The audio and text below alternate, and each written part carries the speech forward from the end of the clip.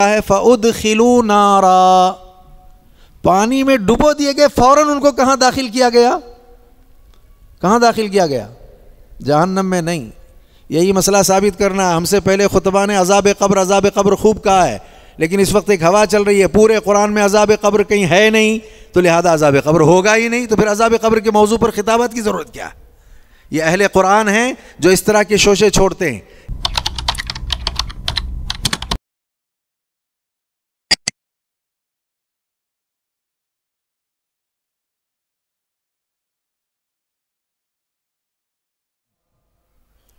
امام ابو حنیفہ رحمہ اللہ کی خدمت میں حاضر ہوئے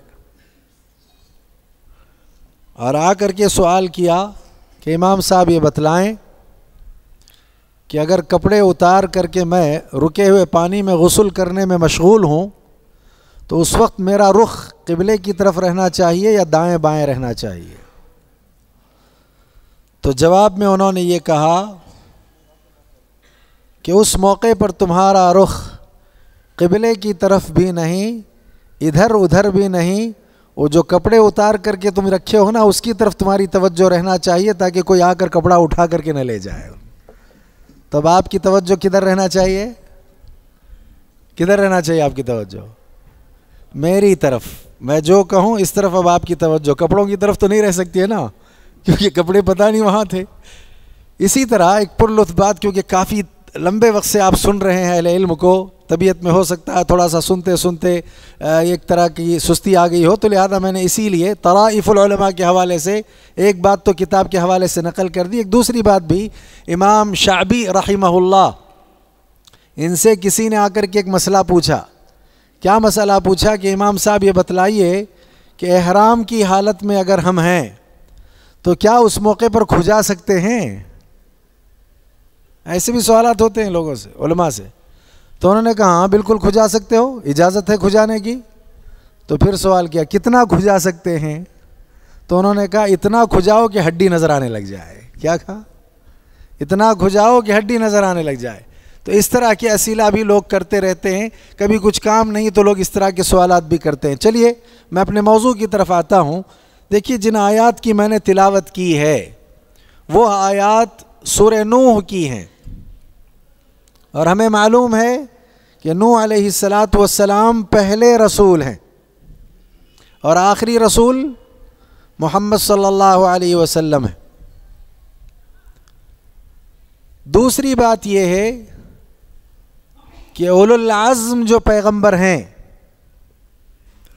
ان میں 3 پیغمبروں کے نام پر قرآن میں صورتیں ہیں، جیسے سورہ نوح، سورہ محمد، سورہ ابراہیم۔ 2 اور پیغمبر ہیں، ان کی قوموں کے ساتھ ان کا چرچا تذکرہ تو قرآن میں ہے کافی جگہوں پر، لیکن ان کے ناموں پر سورت قرآن میں نہیں ہے۔ ایک حضرت عیسیٰ علیہ السلام اور دوسرے حضرت موسیٰ علیہ السلام۔ تو نصارہ کا، بنی اسرائیل کا تذکرہ قرآن مجید میں کئی مقامات پر ہے، مگر یہ کہ ان 2 پیغمبروں کے ناموں پر قرآن مجید میں صورتیں نہیں ہیں۔ تو 2 باتیں ہو گئیں، سب سے پہلے رسول نوح علیہ السلام، آخری رسول محمد صلی اللہ علیہ وسلم، اور اولو العزم پیغمبروں میں جو 5 رسول معروف ہیں ہمارے یہاں، ان میں 3 رسولوں کے ناموں پر قرآن میں صورتیں ہیں، اور 2 رسول جو ہیں ان کے ناموں پر قرآن مجید میں صورتیں نہیں، البتہ ان کا اور ان کی قوموں کا چرچا اور تذکرہ قرآن مجید میں کئی مقامات پر ہے۔ چلیے تیسری بات کی طرف چلتے ہیں۔ تیسری بات یہ ہے کہ نوح علیہ السلام جب پہلے رسول ہیں تو انبیاء و رسل میں بڑی طویل عمر پانے والے یہ رسول ہیں، بہت لمبی عمر اللہ نے ان کو عطا کی۔ اللہ نے قرآن میں اس حوالے سے اس بات کو اس طرح واضح فرمایا، وَلَقَدْ أَرْسَلْنَا نُوحًا إِلَىٰ قَوْمِهِ فَلَبِثَ فِيهِمْ أَلْفَ سَنَةٍ إِلَّا 50 عَامًا۔ 1000 سال میں 50 سال کم، اتنی عمر اللہ رب العالمین نے نوح علیہ السلام کو عطا کی۔ اب میں جو سوال کرنے جا رہا ہوں، کیونکہ میرا موضوع تو انہوں نے واضح ہی نہیں کیا کہ اگلے خطیب یہ ہیں، میں موضوع کی طرف آؤں گا تو آپ کو سمجھ میں آئے گا کہ میرا موضوع کیا ہے، یا ہو سکتا ہے وضاحت بھی کی انہوں نے، میں نے سنا نہیں۔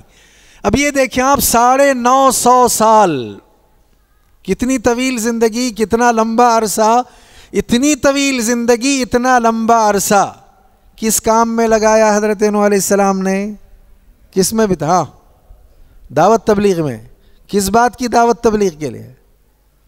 ہاں کوئی بات کہیں جلدی جلدی، کیونکہ 25 منٹ ہے میرے پاس۔ کیا دعوت دی آپ نے؟ توحید، صحیح عقیدہ، ٹھیک ہے۔ 950 سال تک قوم کو اللہ کی وحدانیت کا درس دیتے رہے، توحید کی طرف بلاتے رہے۔ تو سورہ نوح میں اللہ رب العالمین نے ان کے دعوت کے جو اسلوب ہیں وہ بیان کیے، اور دعوت میں جو بنیادی بات تھی اس کا تذکرہ کیا۔ اس کے تذکرے کے ساتھ ساتھ اس کے فوری بعد جو سورت ہے سورہ جن، سورہ نوح کے بعد جو سورت ہے وہ کون سی ہے؟ سورہ جن۔ اس سورہ جن میں اللہ رب العالمین نے اللہ کے نبی صلی اللہ علیہ وسلم پر وحی کی۔ آخری نبی محمد صلی اللہ علیہ وسلم، ان کے حوالے سے بات ہو رہی ہے۔ آپ کی دعوت بھی دعوت توحید تھی، لہذا اس موقع پر حال یہ ہے کہ مکہ کی زندگی میں آپ نے 23 سال، یہاں 950 سال، دونوں کا معاملہ ہے کہ وہاں بھی توحید کی دعوت، یہاں بھی توحید کی دعوت۔ میں عذاب قبر میں ثبات عطا کرنے والا کیا عمل ہے وہ بتانے کے لیے موضوع چھیڑا ہوں۔ بہرحال اب یہ دیکھیے، وہاں یہ ہے کہ جنوں نے ایمان یا اسلام قبول کر لیا، نبی کو اس کا پتہ بھی نہیں چلا۔ اب اللہ تعالیٰ بیان فرماتا ہے کیا؟ قُلْ أُوحِيَ إِلَيَّ أَنَّهُ اسْتَمَعَ نَفَرٌ مِّنَ الْجِنِّ فَقَالُوا إِنَّا سَمِعْنَا قُرْآنًا عَجَبًا يَهْدِي إِلَى الرُّشْدِ فَآمَنَّا بِهِ وَلَن نُّشْرِكَ بِرَبِّنَا أَحَدًا۔ ہم ہمارے رب کے ساتھ کسی کو بھی شریک نہیں کریں گے۔ تو اس کا مطلب یہ ہوا کہ اللہ کے نبی کی دعوت تھی کہ اللہ کے ساتھ کسی کو شریک نہ کیا جائے، کسی کو شامل نہ کیا جائے، ذات میں، عبادت میں، حقوق میں، صفات میں، اسماء میں، ٹھیک ہے نا، اس کی شریعت میں۔ تمام باتیں سمجھ میں آ گئیں۔ اب آگے چلتے ہم۔ وَقَالُوا لَا تَذَرُنَّ آلِهَةً، بلکہ کہا مما خطیئاتهم اغرقوا فأدخلوا نارا فلم يجدوا لهم من دون الله انصارا وقال نوح رب لا تذر على الارض من الكافرين ديارا۔ اب نوح علیہ السلام کیا کرتے ہیں معلوم ہے آپ کو؟ قوم کے لیے بد دعا کرتے ہیں۔ لا تذر على الارض من الكافرين ديارا، روئے زمین پر کافروں میں سے کوئی بھی گھر اگر موجود ہے یا کوئی گھومنے پھرنے والا کافر ہے، کسی بھی کافر کو نہ چھوڑ دینا۔ تو میرا اب سوال آپ لوگوں سے یہ ہے، کیا نوح علیہ السلام نے یہ جو بد دعا کی، ہم ایسی بد دعا کر سکتے ہیں؟ نوح علیہ السلام کے لیے کیا ایسا درست تھا کہ وہ بد دعا کریں؟ اس سلسلے میں اس بات کو ذہن میں رکھیں، نوح علیہ السلام نے 950 سال تقریباً اتنا لمبا عرصہ لگایا، لوگوں کو اللہ کی وحدانیت اور توحید کی طرف بلایا، دعوت دی، لیکن جب اللہ نے وحی کر کے کہا وَأُوحِيَ إِلَى نُوحٍ أَنَّهُ لَن يُؤْمِنَ مِن قَوْمِكَ إِلَّا مَنْ قَدْ آمَنَ، اب تک جتنے ایمان لا چکے ہیں ان کے علاوہ اب کوئی ایمان لانے والا نہیں ہے۔ اس بات کی وحی نبی نوح علیہ السلام پر جب اللہ نے کی ہے، جب پتہ چلا کہ اب کوئی ایمان لانے والا ہی نہیں، تب آپ نے بد دعائیہ کلمات استعمال کیے کہ زمین پر کسی بھی کافر کو نہ چھوڑ دینا۔ تو چلیے کشتی تیار ہو گئی، آئیے موضوع کی طرف ہم آتے ہیں۔ کشتی تیار ہو گئی، لوگ مذاق اڑانے لگے، پھر اس کے بعد عذاب کا سلسلہ شروع ہو گیا۔ آسمان سے بارش برس رہی ہے اور زمین سے پانی کے چشمے نکل رہے ہیں۔ اچھا، ہلاک کون ہونے والے ہیں؟ مشرک۔ ہلاکت سے محفوظ کون رہیں گے؟ موحد۔ کہا گیا کشتی میں سوار ہو جاؤ، اہل ایمان کشتی میں سوار ہو گئے۔ یہاں کشتی میں سوار ہونے والے جو موحدین ہیں وہ اللہ کے عذاب سے محفوظ، اور کشتی میں سوار ہونے سے جو رہ گئے وہ مشرکین ہیں، وہ اللہ کے عذاب سے دوچار۔ اچھا، وہاں عذاب کے لیے اللہ کی مخلوق پانی کا استعمال ہوا، ڈوب ڈوب کر کے مر رہے ہیں۔ اور آج اگر مسلمان اپنے احوال کا جائزہ لیں اور اپنے عقیدے کا جو ہے محاسبہ کریں، دیکھیں، جائزہ لیں، تو بد عقیدگی کی بنیاد پر یہ ممکن ہے کہ وہاں عذاب کے لیے پانی تھا اور یہاں عذاب کے لیے افراد ہیں۔ وہ ایک مخلوق ہے، یہ بھی ایک مخلوق ہے، لہذا وہ ڈبو رہے تھے یا عذاب سے ڈوب مر رہے تھے، اور یہاں کوئی دوسری شکلوں سے عذاب ہو رہا ہے۔ محفوظ رہنے کا ایک ہی طریقہ ہے، وہ یہ ہے کہ عقیدے کی درستگی اور عقیدے کی اصلاح کے ساتھ زندگی گزارنا۔ واقعے کو بتا کر کے آئیں گے ہم اپنی بات کی طرف۔ ایک دیکھیے، ابن کثیر رحمہ اللہ نے البدایہ والنہایہ میں اور امام طبرانی نے المعجم میں، اور اس کے علاوہ کتب احادیث میں بھی یہ کتاب موجود ہے، یہ جو ہے واقعہ موجود ہے. البتہ اس کا مرفوع ہونا صحیح نہیں ہے، اس کا موقوف ہونا صحیح ہے. کیا بات ہے؟ وہ ابن عباس رضی اللہ تعالیٰ عنہما کہتے ہیں، کیا کہتے ہیں کہ لو رحم اللہ احدا من قوم نوح لرحم ام الصبی. اگر اللہ تعالیٰ کو قوم نوح میں سے کسی پر رحم کرنا ہی ہوتا تو بچے کی ماں پر اللہ تعالیٰ رحم کرتا. کیا ہے یہ بچے کی ماں کا واقعہ؟ بچے کی ماں کا واقعہ یہ ہے کہ جب عذاب شروع ہو گیا، آسمان سے بارش برس رہی ہے اور زمین سے جو ہے پانی کے چشمے ابل رہے ہیں، ماں نے دیکھا کہ اب یہ پانی بڑھتا جا رہا ہے تو اپنے بچے کو گود میں لے لیا اور جبل کی طرف چل دی.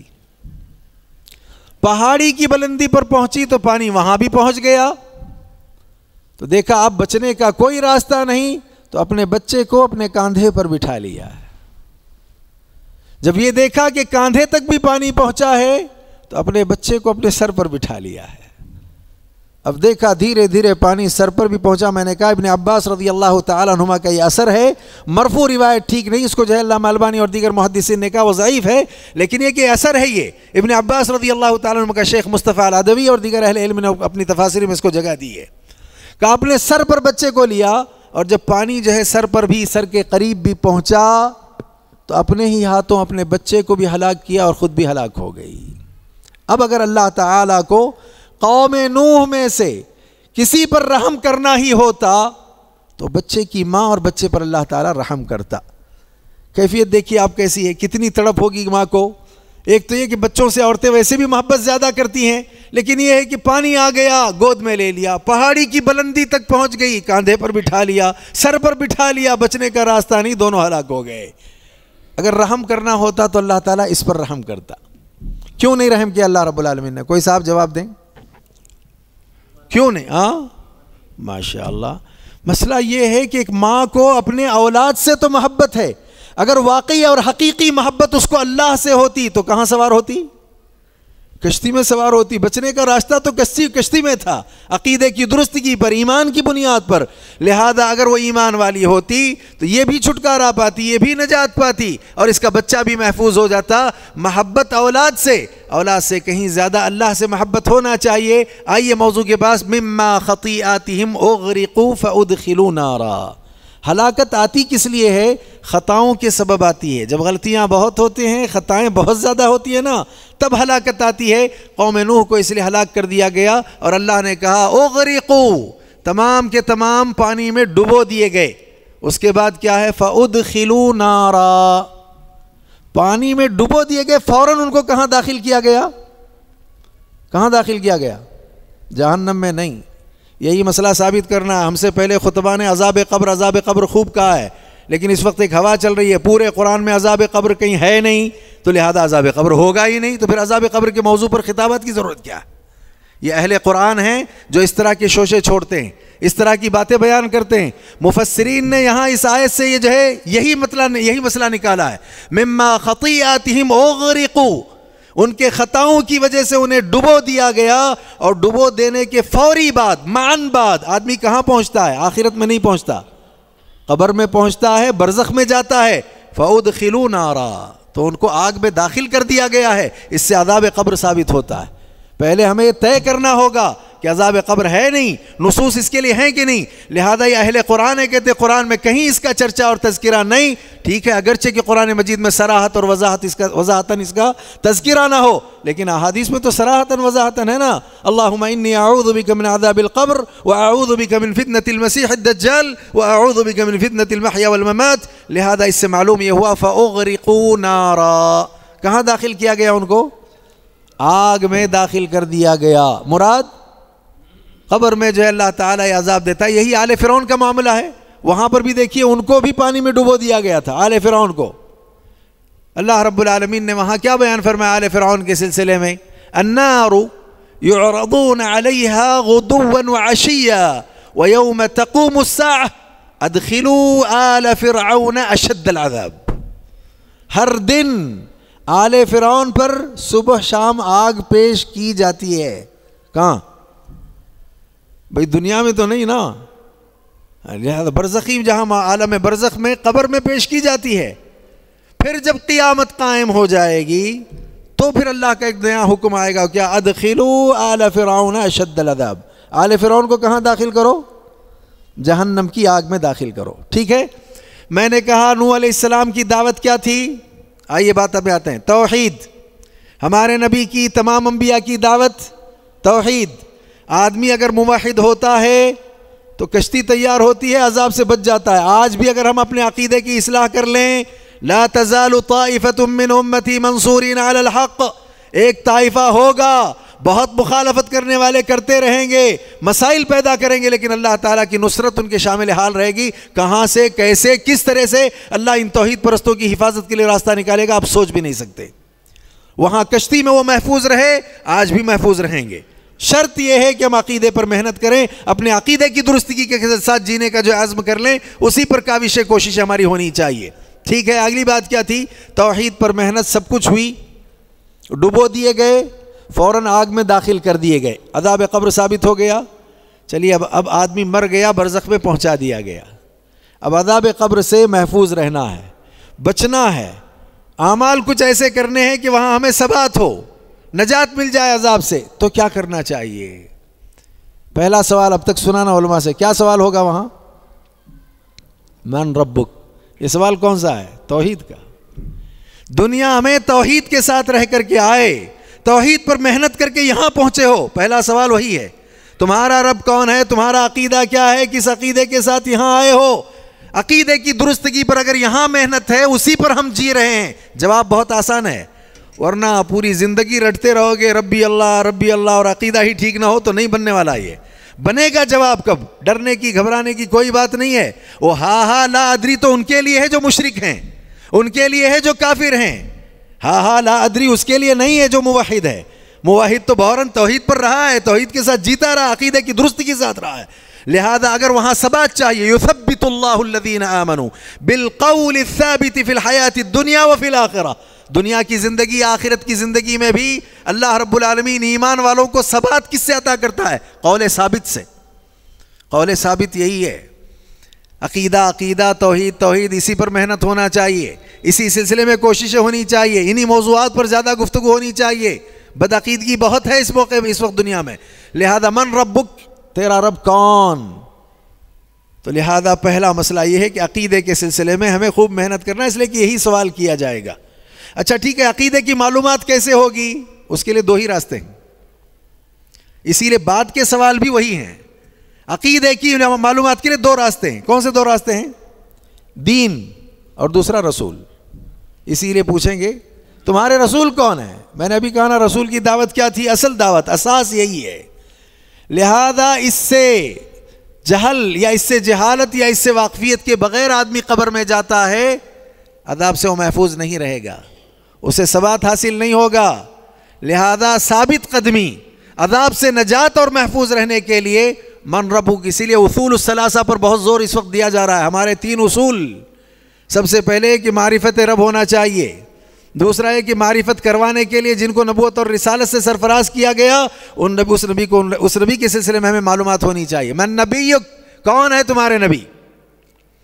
لہذا اچھا, نبی نے جو دیا وہ دین ہے, لہذا دین سے ہمیں معلوم ہوگا کہ اللہ تعالیٰ کی ذات, اس کے اسماء, اس کے صفات, اس کے حقوق یہ کیا ہیں. تو ما دینک, تمہارا دین کیا ہے؟